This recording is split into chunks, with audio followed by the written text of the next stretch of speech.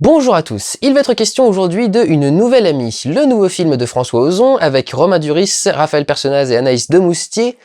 L'histoire d'une jeune fille, Claire, qui vient de perdre sa meilleure amie, Laura, qu'elle connaissait depuis qu'elle avait 7 ans et qui a disparu très brusquement, laissant seul du coup son mari.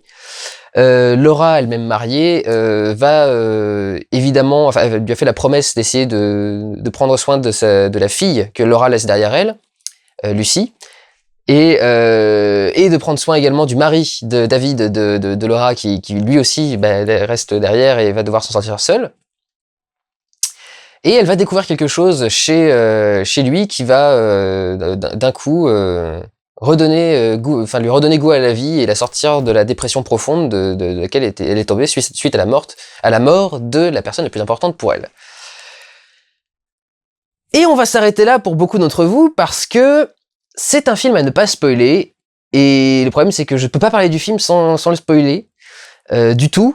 Il faut vraiment que, je n'ai vraiment aucun moyen d'en parler sans parler du truc, parce qu'en fait, François Ozon a réussi à garder secret l'élément central du film dans tous les trailers, dans toute la promo, dans tous les trucs. Évidemment, les critiques en ont rien eu à foutre, hein, ils ont tous spoilé sans aucun problème.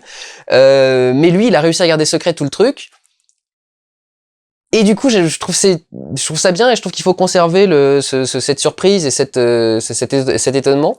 Donc voilà, je ne peux pas révéler le secret, je ne vais pas vous parler du truc parce que il est au bout de la 10e minute. La 15e minute, c'est le, comment dire, pas le pivot dramatique majeur, mais c'est l'élément déclencheur, c'est l'élément perturbateur qui va faire partir tout le film. Donc je peux pas vous critiquer le film que sur les 15 premières minutes, et si je vous parle du reste, je peux vraiment pas vous parler du truc. Donc, cette fois-ci, je vais le faire spoiler, review avec spoiler. Ceux qui ne l'ont pas vu, allez le voir. C'est très très bien, moi j'ai beaucoup aimé. Si vous êtes surpris par le retournement, du coup, tant mieux. Quelques-uns d'entre vous ont peut-être vu la bande-annonce et auront compris de quoi il en retourne. À ce moment-là, restez, viendez, et puis regardez ce que je dis dans la critique. Et puis je pense que ça va être à peu près tout. Voilà. Donc, ceux qui ne l'ont pas vu, au revoir. Prenez soin de vous, allez voir des films, c'est bon, vous pouvez y aller. Ceux qui l'ont vu, on va pouvoir commencer dès maintenant. Je l'avais pas vu venir du tout, parce qu'en fait, je suis allé voir Une nouvelle amie en ne connaissant rien du film. C'est-à-dire que non seulement François Ozon a réussi à tout garder secret, mais en plus, je ne me suis intéressé à rien. Je n'ai pas regardé un seul résumé, je n'ai pas regardé une seule bande-annonce, j'ai juste vu l'affiche avec marqué François Ozon dessus. Du coup, je me suis dit, c'est bon, je vais voir le nouveau François Ozon. Ça fait 3 films de François Ozon que je critique depuis que j'ai ouvert le cinéma de Durandal, et ça fait 2 ans que j'ai ouvert le cinéma de Durandal. Ce qui veut dire que le mec est quand même ultra productif, il fait quasiment un film par an, et à chaque fois, c'est un putain de bon film. À chaque fois, je reviens super content, et je reviens avec l'envie de les revoir, et vraiment ayant passé un très bon moment au cinéma. Donc voilà, encore une fois, François Ozon se confirme à nouveau comme le mec à suivre un des gros mecs, vraiment des gros mecs à suivre dans le cinéma français actuel. Donc voilà. J'ai beaucoup aimé surtout pour la subtilité avec laquelle il montre le message. C'est-à-dire que il y avait le risque en faisant un film sur ce sujet-là, qui d'ailleurs n'est pas essentiellement le sujet du film. Le sujet essentiel du film, c'est la réaction des gens à cet événement et à la mort de Laura, puisque la mort de Laura a créé cet état de fait. Et du coup, il le traite de façon avec beaucoup de recul. C'est-à-dire que un film, normalement, qui défend comme ça une cause, qui défend un système, qui défend un truc, va avoir des personnages qui souvent vont y aller tout de suite, ou vont très peu hésiter, très peu. Et là, pendant tout le film, les personnages se posent des questions, sont dans le doute. Elle lui sort quand même 3 ou 4 fois dans le film, mais t'es un malade, t'es un malade mental, t'es un dégénéré, t'es un fou, faut que t'ailles te faire soigner, faut que t'ailles voir un psy, faut que t'ailles voir un machin. Et en même temps, elle a ce côté fasciné par le truc qui l'attire et qu'elle a vraiment envie d'explorer. Ce qui donc, je trouve, est vraiment bien géré, vraiment subtil, vraiment tout en délicatesse. Amusant pour un film sur les femmes, mais voilà, c'est vraiment très très bien travaillé, et je suis toujours surpris de voir à quel point les gens sont entiers avec François Ozon. C'est vrai que j'ai beaucoup d'amis qui, en ayant vu ses derniers films, en ayant vu certains, en particulier par exemple Jeune et Jolie, parce qu'on est beaucoup dans le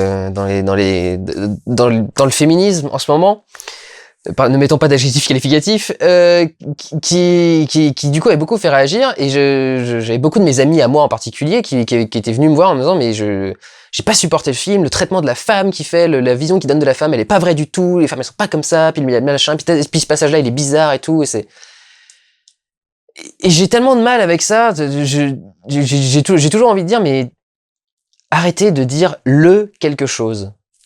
Le cinéma, la femme, le machin, ça n'existe pas. Il n'y a que des pluralités, que des multiplicités, que des divergences, que des champs, que des choses différentes.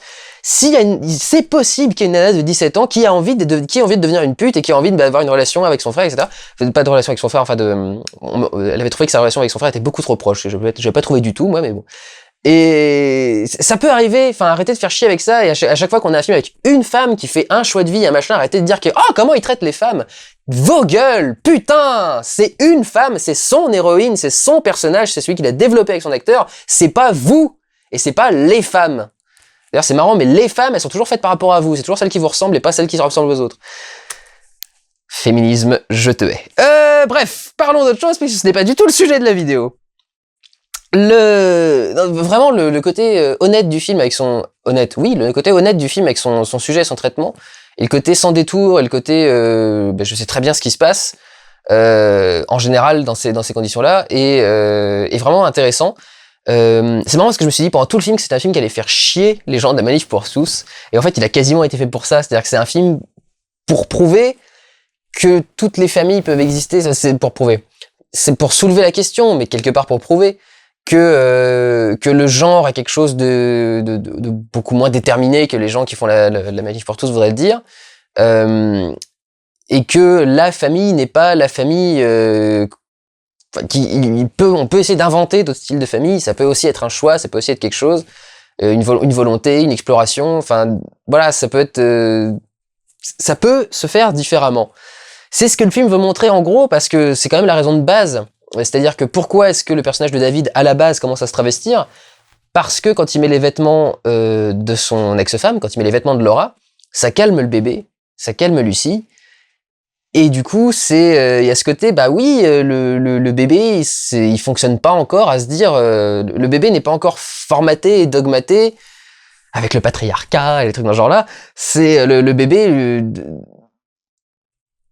peut aller chercher ailleurs. Il existe déjà des familles d'enfants qui ne sont pas avec des parents hétérosexuels globalement, et ils ont pas tous fini complètement tarés à tuer des chats et à égorger des gens et des trucs dans ce genre-là.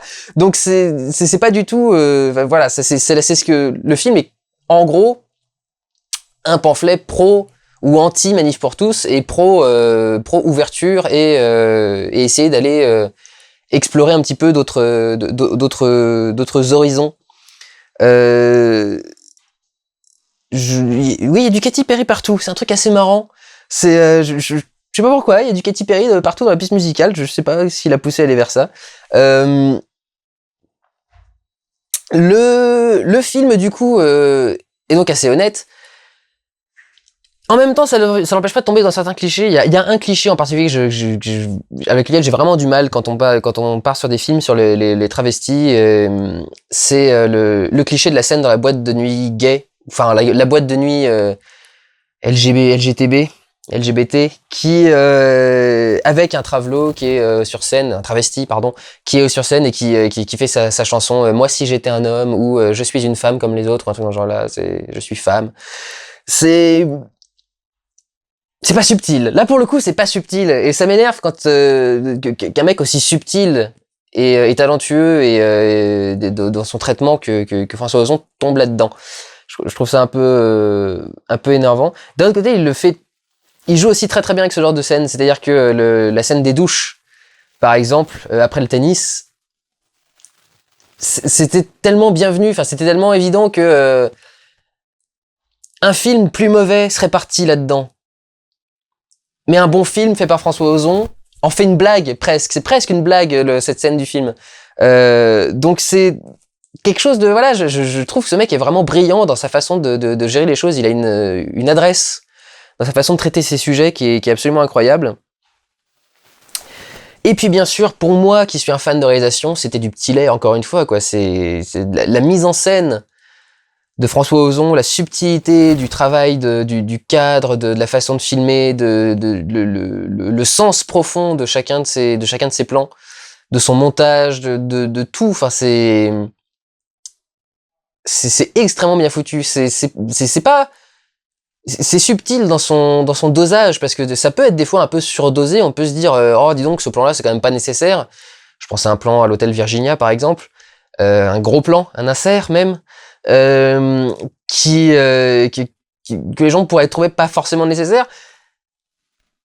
C'est pas forcément nécessaire, mais c'est le choc que ressent le personnage de Claire. C'est qu'elle y pense tellement plus que, évidemment, ça la marque. Et comment faire en sorte que ça marque le spectateur autrement qu'en voyant la femme réagir, c'est en mettant un insert là-dessus. Donc, je trouve ça plutôt bienvenu et plutôt intéressant. Je trouve que les acteurs sont tous géniaux en plus. Donc ça sert vachement bien les scènes. Mais c'est vrai qu'au niveau de la réalisation, rien que le début du film, narration par le montage, bon, il y a beaucoup de dialogue, mais narration par le montage quand même. Et surtout le côté, l'effet de surprise, extrêmement bien géré. De voir, parce qu'on voit un schéma depuis le début du film qui se crée, c'est-à-dire que Laura est toujours la plus éveillée, celle qui est la plus en avance, celle qui fait le plus de choses, et Claire est toujours un peu en train de traîner derrière elle.